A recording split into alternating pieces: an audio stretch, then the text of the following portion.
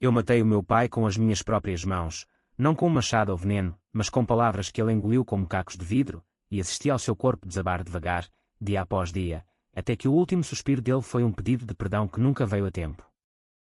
A família que eu pensei ser eterna revelou-se uma teia de aranhas famintas, onde o sangue não era mais grosso que o dinheiro, e eu, o tolo que recusou uma festa de 15.000 euros para a minha sobrinha, tornei-me o vilão que eles mesmos criaram. E se eu te disser que o inferno não é fogo, mas o silêncio de uma casa em Lisboa onde as paredes ecoam risos falsos de natais passados, enquanto planeias a vingança que te fará odiar o espelho todas as manhãs? O sol de Lisboa entrava pela janela entreaberta do meu apartamento no Chiado, filtrando-se através das cortinas de linho puído que eu comprara no mercado de Alfama anos atrás. Era uma manhã de verão, daquelas em que o Tejo parece um espelho de mercúrio, refletindo os sonhos que nunca se cumprem. Eu estava sentado à mesa da cozinha, uma peça antiga de madeira escura que rangia como ossos velhos, com uma chávena de café preto à frente, sem açúcar, como o meu pai sempre me ensinara, porque os homens verdadeiros aguentam o amargo da vida. O telefone vibrou sobre a superfície, e o nome Pai piscou no ecrã como um aviso de tempestade. Atendi, sabendo que nada bom viria dali. João, és tu o culpado de tudo isto? Começou ele, a voz rouca como o vento que varre as ruas de Belém nos dias de gala. A tua sobrinha, a pequena Maria, chora todas as noites porque a festa de debutante dela está arruinada. 15.000 euros, João. 15.000. E tu, com o teu salário de professor de literatura na universidade, recusas-te a pagar metade. O que és tu, um avarento? Um traidor à família. Eu respirei fundo, sentindo o peito apertar como se as muralhas da cidade velha me esmagassem. A minha sobrinha, Maria, filha da minha irmã mais nova, Inês, tinha 16 anos e sonhava com uma festa digna de uma estrela de telenovela, salão alugado no Parque das Nações, vestido de estilista italiano, catering com lagosta e vinhos do Douro. A família inteira, reunida nas jantares de domingo em casa dos meus pais em Cascais, havia planeado aquilo como se fosse o batismo de Cristo. E eu, o solteiro sem filhos, o tio rico porque ganhava o suficiente para sobreviver sem dívidas, era o alvo óbvio para dividir a conta. Pai, eu já disse que não posso, respondi, a voz firme mas com um tremor que odiava. O meu contrato na universidade foi renovado por pouco, e tenho de pagar o tratamento da mãe da minha ex-namorada, ela está com cancro, e eu prometi ajudá-la. Não é avareza, é prioridade. Houve um silêncio do outro lado, do tipo que precede um trovão. Prioridade? A tua ex, essa puta que te deixou por um tipo de Espanha. E a tua família? Deixámos de ser família quando puseste o dinheiro de estranhos acima do sangue, João. Adeus. O clique da chamada cortada foi como uma porta de ferro a fechar-se num calabouço. Eu larguei o telefone, e o café arrefeceu intocado. Naquele momento, algo se partiu em mim, não o coração, que já estava cicatrizado de decepções, mas a ilusão de que o laço familiar era indestrutível, como as pedras do aqueduto das águas livres que resistem a séculos de terremotos.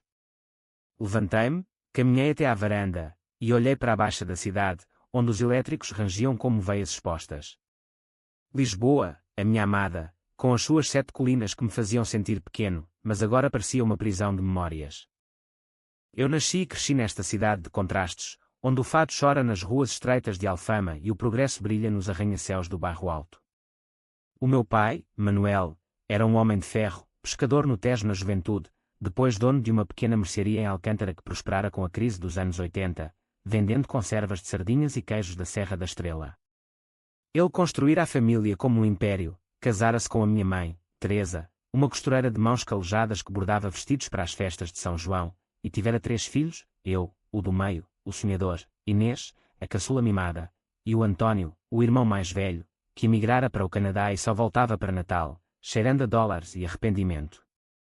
Crescemos em Cascais, numa casa de paredes caiadas com azulejos azuis que contavam histórias de mares revoltos. Os domingos eram sagrados, mesa posta com caldeirada de peixe, pão de milho quentinho, e conversas que duravam até à lua cheia subir sobre o Atlântico. O meu pai contava histórias de como salvara o barco na tempestade de 1974, e a minha mãe ria, os olhos brilhando como as luzes do casino ali perto. Éramos felizes, ou assim eu pensava, uma família portuguesa típica, unida pelo sofrimento da ditadura e pela alegria das touradas em Moeiro. Mas por baixo da superfície, como as correntes frias do Tejo, corria o veneno da dependência. Tudo começou a azedar quando o Antônio regressou do Canadá, divorciado e falido, depois de perder tudo num esquema de investimentos em Toronto. Ele veio para casa, instalou-se no quarto de hóspedes, e o meu pai, com o coração mole como queijo fresco, pagou-lhe uma passagem de regresso e um emprego na mercearia. Inês, sempre a princesinha, casara-se com um tipo inútil chamado Rui, que vendia carros usados em Sintra e gastava mais em apostas no totobola do que em fraldas para a Maria. Eu era o estável, o professor que citava Camões nas aulas da Faculdade de Letras, o que enviava cheques mensais para os pais sem queixas, o que organizava as férias em família no Algarve, alugando uma casa em Lagos com vista para as praias de areia dourada. Mas a festa da Maria foi o estupim. Inês ligara-me meses antes, os olhos de cachorrinho abandonado no videochamada. Tio João, é o sonho dela desde os 10 anos. Vai ser no salão do Hotel Tivoli, com DJ de Porto e fogo de artifício sobre o rio. O Rui não tem emprego fixo, e o pai? Bem, a mercearia não dá para tanto. Eu hesitara, calculando as contas. O meu ordenado de 1.800 euros mal cobria o aluguer no Chiado, os livros para a tese sobre o realismo mágico em Eça de Queiroz, e agora o compromisso com a ex, a Ana, cuja mãe definhava no hospital em Setúbal com quimioterapia que custava uma fortuna. Eu dou o que puder, Inês.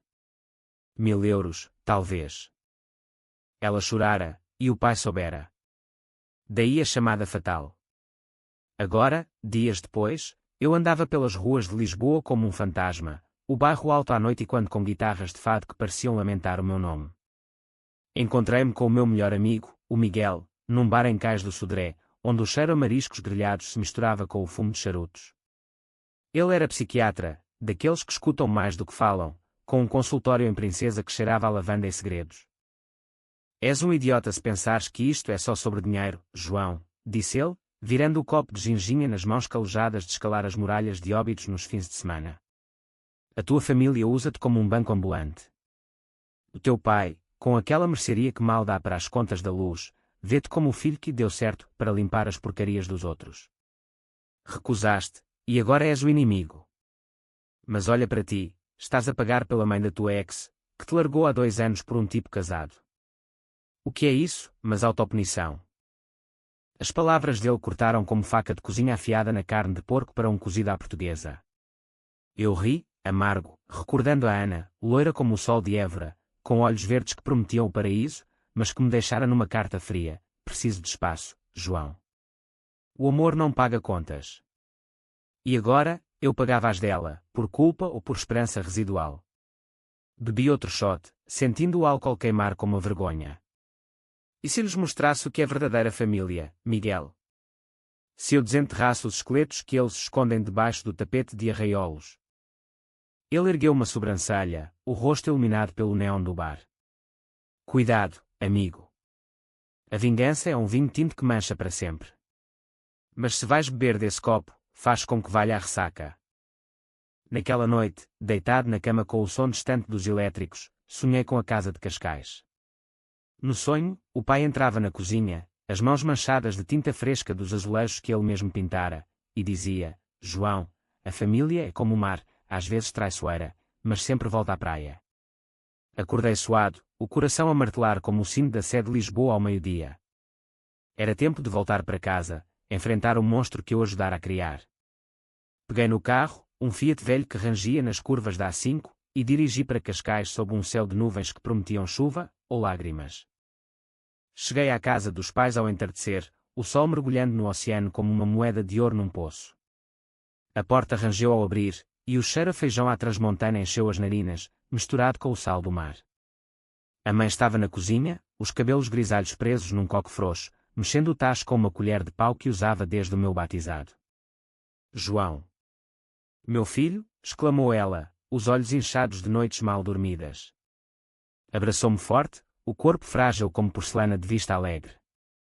O teu pai está no jardim, a podar as oliveiras. Ele está zangado, mas é orgulho, sabes? Como o vinho do Dão, azeda com o tempo. Eu assenti, beijando-lhe a testa salgada de suor. O pai estava lá fora, de costas para mim, as tesouras de poda cortando ramos secos com precisão militar. As oliveiras, plantadas por ele nos anos 70, eram seu orgulho, frutos amargos que davam azeite puro, como a vida que ele pregava. Pai, chamei, a voz baixa como o sussurro do vento nas dunas de Comporta.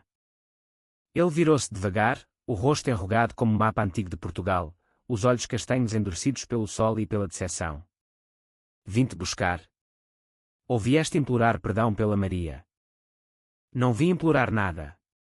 Vim dizer que estás errado. A família não se mede em euros, pai. Lembras-te da tempestade de 74? Salvaste o barco não pelo dinheiro do peixe, mas pelo medo de perderes os teus homens.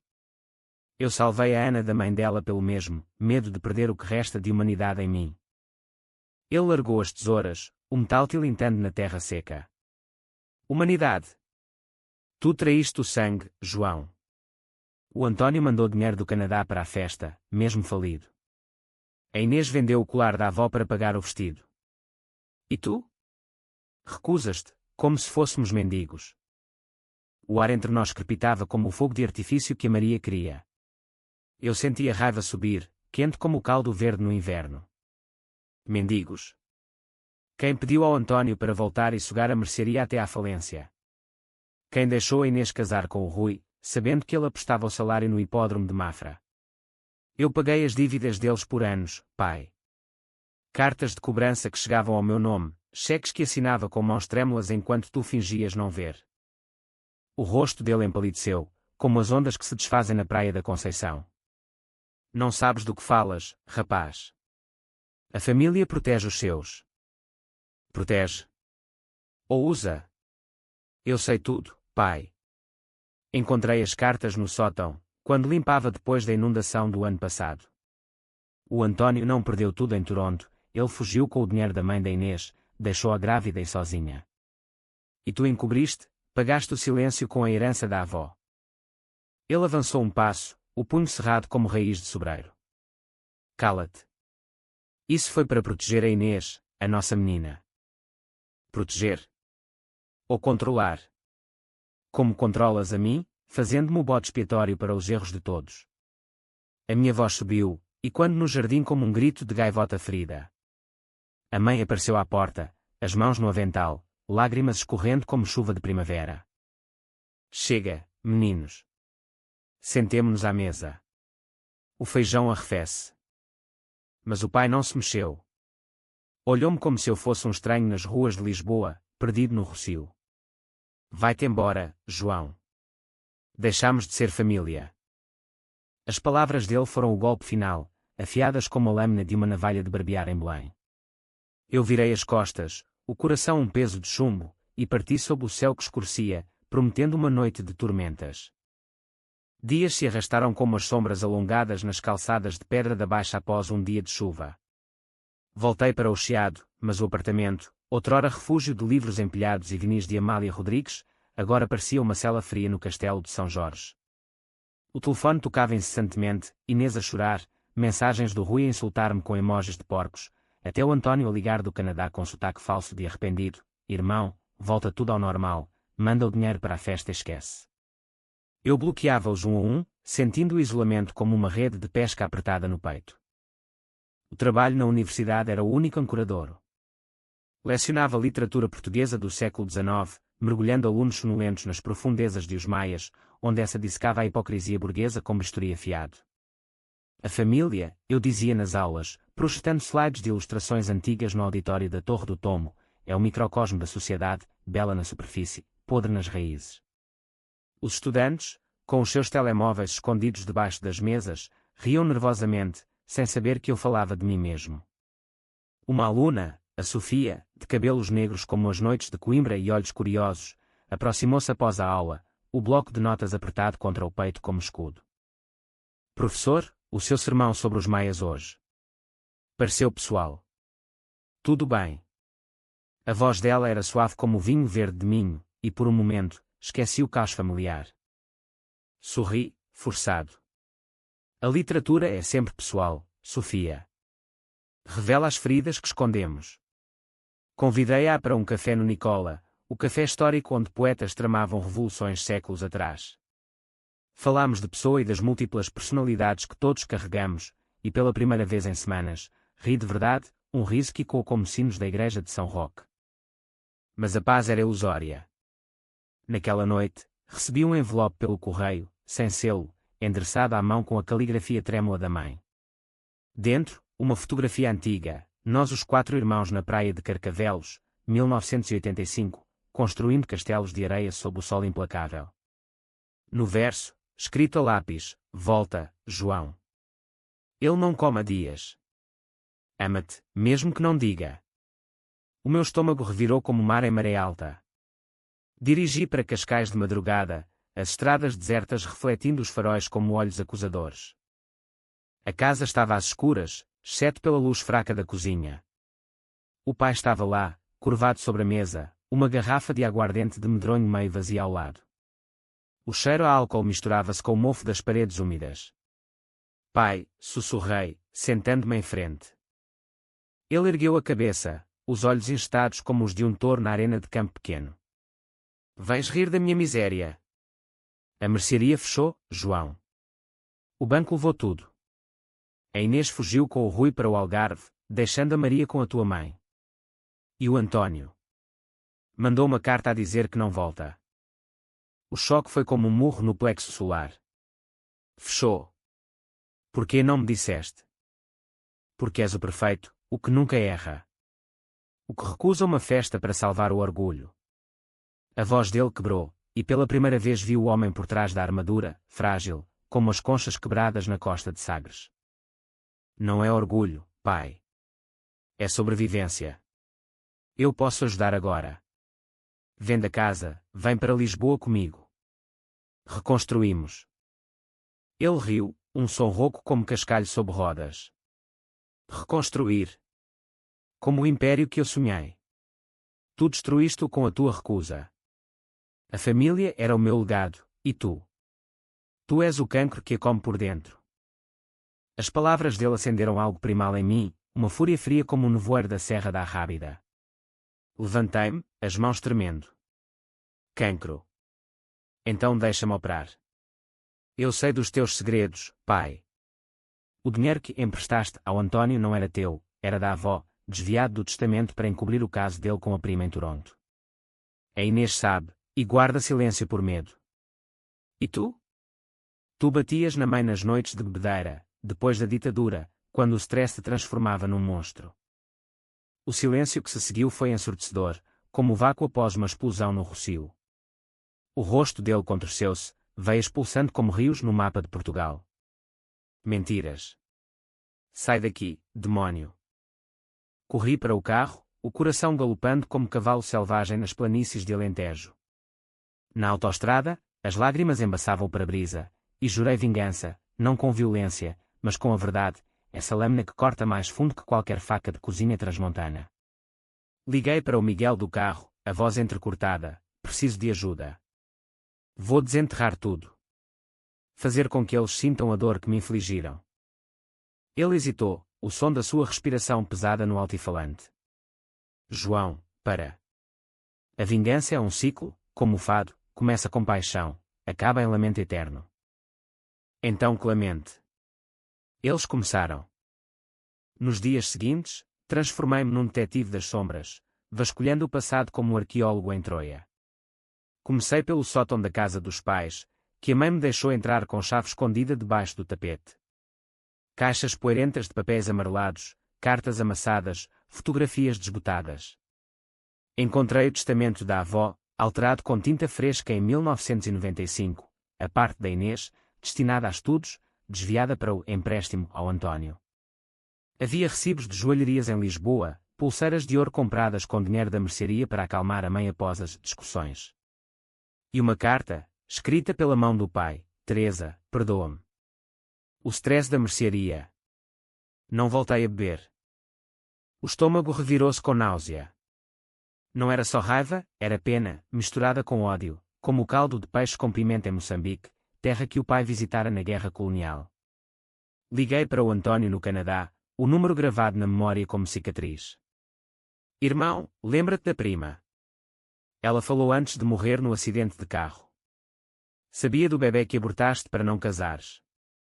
Do outro lado, silêncio mortal, seguido de um berro, como sabes. O pai jurou segredo. Segredos acabam, António. Manda dinheiro para a mãe, ou conta a Inês. E à polícia, sobre os impostos evasivos da mercearia.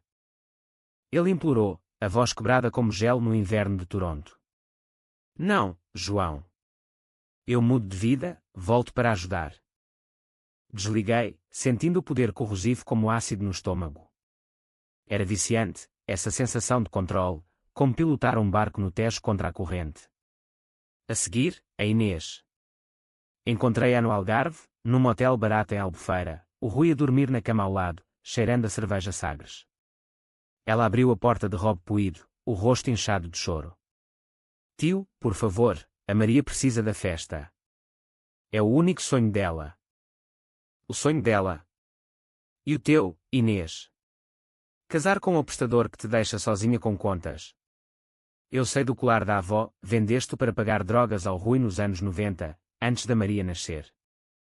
Ela caiu de joelhos, soluçando como criança perdida no carnaval de Torres Vedras. Era para o ajudar a parar. O pai encobriu, disse que era um roubo. Encobriu tudo. Como o caso do António. Queres que a Maria saiba que o tio matou a prima por acidente? Ela agarrou-me a perna, unhas cravadas como garras. Não.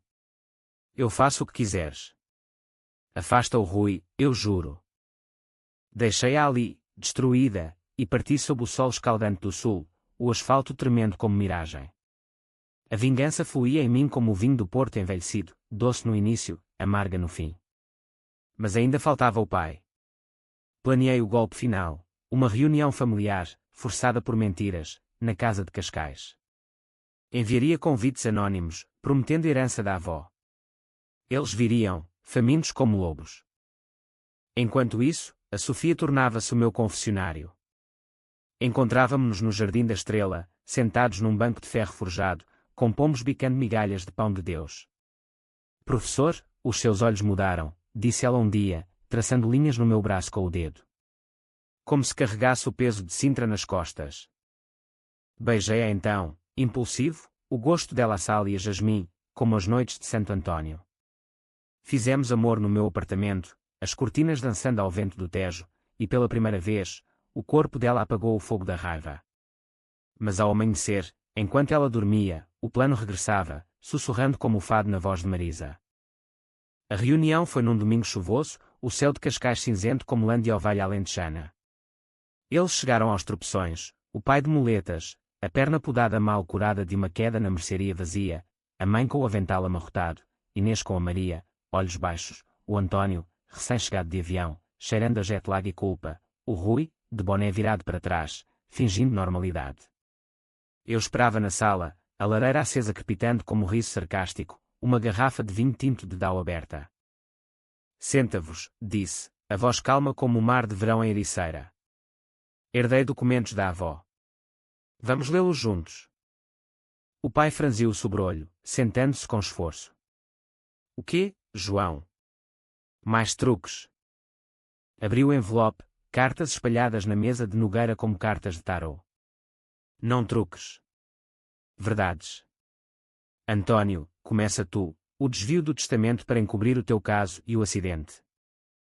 Ele empalideceu, gaguejando, irmão, por favor. Inês, o colar vendido para drogas do Rui. E pai. As pancadas na mãe, as noites de stress que ela escondeu com maquilhagem espessa. O caos explodiu como fogo de artifício em Oeiras. Gritos, pratos a voar, a Maria a tapar os ouvidos chorando. A mãe desmaiou, o corpo mole como alga na maré baixa. O pai ergueu-se, o rosto púrpura, monstro. Destróis-nos por vingança de uma festa. Não por uma festa, respondi, a voz quebrando pela primeira vez. Por anos de mentiras que me fizeram o palhaço da família. Recusei pagar porque vi o ciclo, dinheiro para tapar buracos, nunca para curar. O António atacou-me, punhos cerrados, mas o Rui separou-nos, ironicamente o herói. Inês gritava, basta. Acabou a família, como o pai disse. Saí para o jardim, a chuva lavando o rosto com batismo forçado. O pai seguiu-me, ofegante. Porquê, João? Porquê isto? Porque doíste primeiro. As tuas palavras, deixamos de ser família, mataram algo em mim. Agora, sentes o mesmo. Ele caiu de joelhos na lama, soluçando como criança. Perdão, filho. Eu tinha medo de perder o controlo. A mercearia, os filhos. Tudo escorria como areia. Abracei-o então, o cheiro a terra molhada e azeite misturando-se às lágrimas. Mas o abraço era frágil, como as oliveiras podadas, bonito, mas marcado para sempre. A reconciliação, se é que se podia chamar assim, foi como um vinho avinagrado, bebível, mas com um travo que persistia na língua. O pai aceitou a minha ajuda financeira para reabrir a mercearia, um empréstimo modesto que paguei com as poupanças da tese. A Inês divorciou-se do Rui, levando a Maria para um apartamento modesto em Oeiras, onde prometeu terapia familiar paga pelo seguro do trabalho novo como secretária num escritório de advogados em Lisbon. O António ficou, ajudando na loja, os dias longos de inventário curando feridas antigas como sal nas chagas. A mãe, recuperada do desmaio, cozinhava refeições silenciosas, os olhos evitando os meus como se eu fosse o sol demasiado brilhante. Mas a paz era superficial, como o brilho das luzes de Natal na Avenida da Liberdade em dezembro. Dentro de mim, a vingança deixara uma cicatriz, um vazio que a Sofia preenchia parcialmente. Os nossos encontros tornaram-se rotina, passeios pelo Monsanto, piqueniques com queijos de azeitão e memórias partilhadas. Ela estudava psicologia, fascinada pelo drama humano, e escutava as minhas confissões noturnas sem julgamento, o corpo enroscado no meu como era numa trepadeira antiga. Tu salvaste-os, João, mesmo na dor, disse ela uma noite, traçando mapas invisíveis no meu peito com o dedo. Mas e tu? Quem te salva? Tu, respondi, beijando-a sob a lua cheia que banhava o Tejo em prata. Fizemos planos, uma viagem ao Douro no outono, colher uvas e esquecer o passado em vinhas eternas. Mas o destino, caprichoso como o fado, tinha outros planos. Tudo rebentou numa tarde de outono, folhas douradas caindo como confetes fúnebres nas ruas de Alfama.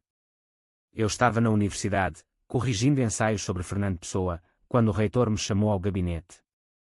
O seu rosto, enrugado como pergaminho antigo, era grave. João, lamento. Recebemos uma queixa anónima. Acusações de plágio na tua tese. Alguém enviou e-mails com provas, parágrafos copiados de artigos obscuros.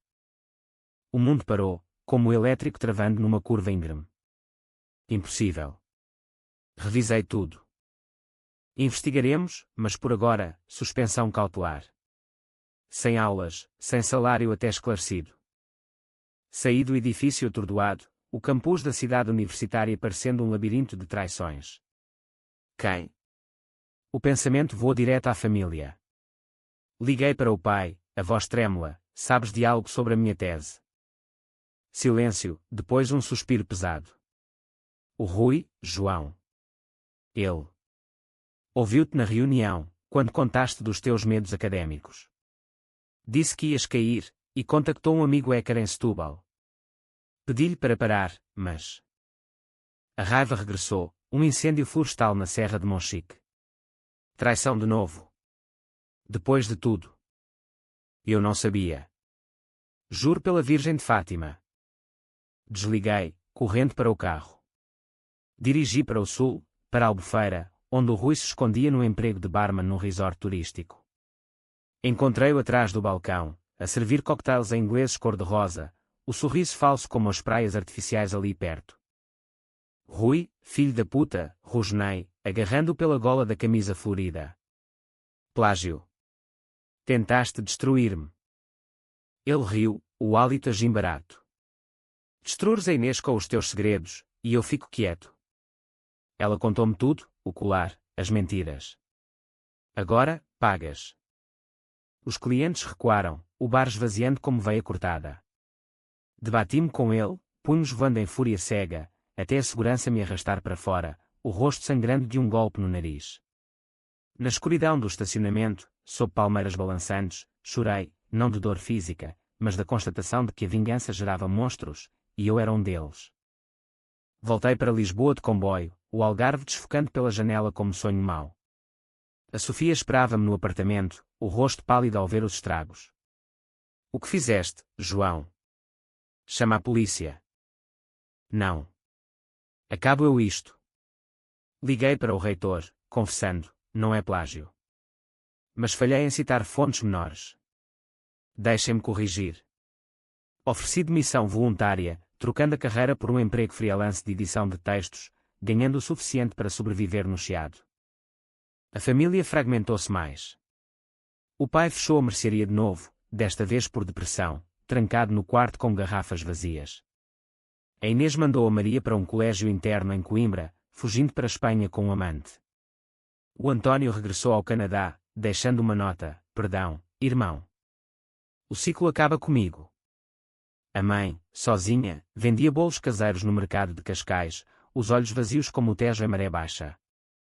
Eu e a Sofia mudámo-nos para um apartamento menor em Moraria, o bairro dos Mouros onde o fado nasceu de dores ancestrais. Ela engravidou no inverno, o teste positivo como um milagre em meio ao caos. Um filho, disse ela, as mãos no ventre arredondado. Para quebrar o ciclo. Mas o passado não perdoa. Uma noite, o pai apareceu à porta, magro como varas de videira seca, o casaco puído cheirando a chuva e remorsos. João, perdoa-me. Eu disse à polícia sobre o Rui. Ele confessou plágio falso. A tua vaga na universidade espera. Olhei para ele, o homem que outrora fora o meu herói, agora um espectro. Tarde demais, pai. A família que quebramos não se cola com cuspo. Ele caiu, o coração parando como motor avariado, e morre nos meus braços, o último sussurro: eu amava-te. Sempre. O funeral foi em Cascais, sob chuva torrencial que lavava as sepulturas antigas. A família reuniu-se uma última vez, Inês de preto, o António de avião, a mãe soluçando. Eu falei no cemitério, a voz rouca, ele disse que deixámos de ser família por uma festa. Mas a verdade é que a família morre de mentiras não ditas. Enquanto o caixão descia, senti o peso do meu ódio, vingança cumprida, mas oco como concha vazia na praia da Nazaré. A Sofia apertou a minha mão, o bebé chutando como promessa de redenção. Meses depois, com o filho nos braços, Manuelzinho, olhos castanhos como o avô, sentei na varanda do Chiado, Lisboa estendendo-se aos pés como um tapete de histórias. O Tejo fluía, indiferente, levando os pecados para o mar. Aprendera que a família não é sangue, mas escolha, e eu escolheria melhor, para ele. Mas nas noites quietas, quando o fado ecoa das ruas abaixo, pergunto-me, valer a pena? A dor que infligi, o sangue que verti em palavras. O espelho responde com o rosto envelhecido, marcado como as colinas de Lisboa. E eu sorrio, amargo, sim, porque na vingança, encontrei a minha verdade.